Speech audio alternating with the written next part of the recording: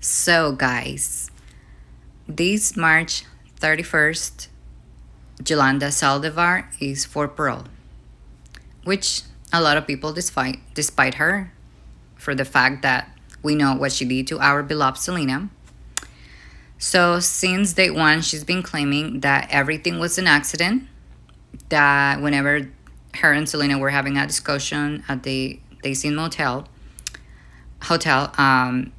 Selena was walking at the door. She told her, "Do not close that door," pointing with the gun, and the gun went off accidentally.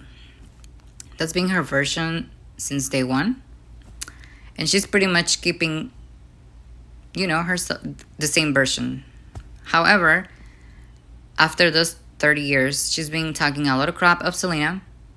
Like she was cheating on her husband, like she was blah, blah, blah, like she, a lot of things that are obviously not true.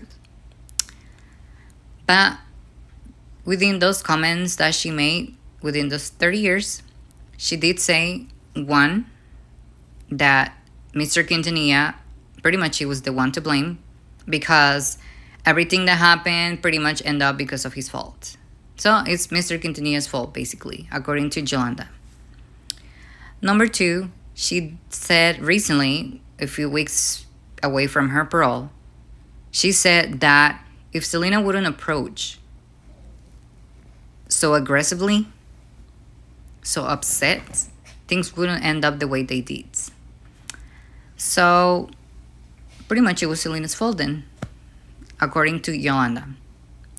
Now, with those two statements, let me just ask you one question. Why would it matter? Why would it matter? Why would it matter if Selena was upset, sad, dancing? Why would it matter if the gun supposedly accidentally went off? Why would it matter if Mr. Quintanilla threatened Yolanda with calling the police for stealing or whatever? Why would it matter if the gun went off accidentally?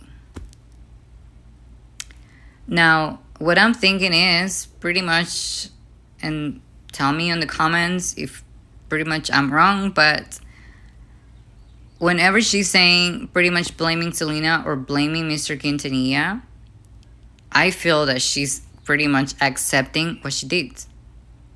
She's accepting that it was not an accident, that it was on purpose, that she did what she did to Selena on purpose, but it was Selena's fault for being aggressive. That it was Mr. Quintanilla's fault for what he did. So if you analyze those comments, and please, people who are gonna analyze her judgment on this parole, for this parole on this March 31st, please take this under consideration, because pretty much she's kind of like accepting she did it on purpose, on a range of anger or craziness or psycho episode, whatever. But she's pretty much accepting that she did it on purpose, which doesn't match with what she's been claiming all along, which is that it was an accident.